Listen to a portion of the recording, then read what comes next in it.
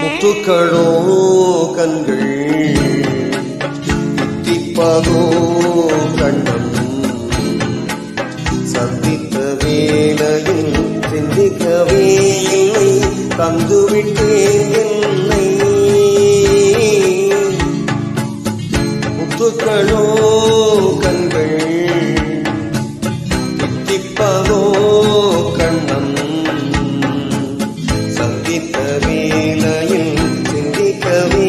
இல்லை தந்துவிட்டேன் என்னை படித்த பாடம்